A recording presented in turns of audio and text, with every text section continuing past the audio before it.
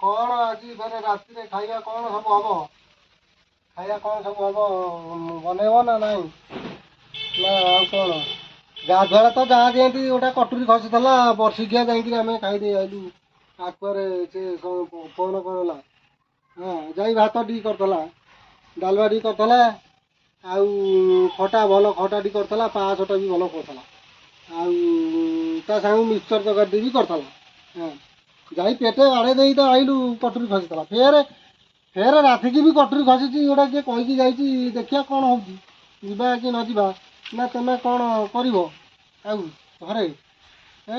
ଆଉ କ'ଣ କରିବା? ନା ନେଇଯିବା ପିଲା ଛୁଆଙ୍କୁ ସବୁ ନେଇ ପଳେଇବା ଆଉ କାହିଁ ରାତିରେ ଆଉ ରୋଷେଇ କରିବା। ନା କ'ଣ କହୁନା? ମାଗଣାରେ ଯେତେବେଳେ କଟୁରୀଟା ଖସୁଛି ପେଟେ ବାଡ଼େଇ ଦେଇ ଆଇଲୁ ଆମେ। ଫେରେ ରାତି ବକ୍ତଟା କାହିଁକି ଘରେ ଅନ୍ନ ଦୋଷ କରିବୁ? ଯାଇ ମାଗଣା ଖାଇବା ମିଳୁଛି, ଯାଇ ଅଣ୍ଡା ଖାଇଦେଇ ଆଇଲେ ଯିବ ଆଉ କ'ଣ? ନା କ'ଣ କହୁଛ ସାଙ୍ଗମାନେ? କ'ଣ କହୁନା? ଠିକ୍ କହୁଛି ନା ଭୁଲ କହୁଛି? ଆପଣମାନେ କୁହନ୍ତୁ, ମାଗଣା ଖାଇବା କାହିଁ ଖାଇବା?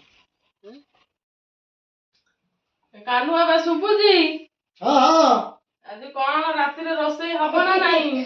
ଇଏ ରୋଷେଇ କଥା କାହିଁ କହୁଛ? ଏଇଠି ରୋଷେଇ ରୋଷେଇ ମତେ କହନି। ଜାଣିନୁ ଗାଧୁଆ ବେଳେ କଟୁରୀ ଖସିଥିଲା, ଆମେ ବାପ ପୁଅ ଖାଇ ଦେଇଥିଲେ।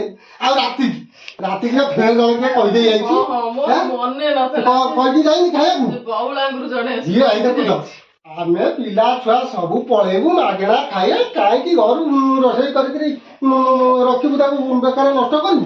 ଆମର ସେ ବଞ୍ଚିଥାଉ, ଆଉ କାଲି ଖାଇବୁ। ଖାଇବାଟା ମିଳୁଛି, ଆମେ ପିଲା ଛୁଆ ସବୁ ଗୋଟେ ହେଇ ପଳେଇବୁ। କଟୁରୀଟା ଖସିଛି ଚାଳିଆ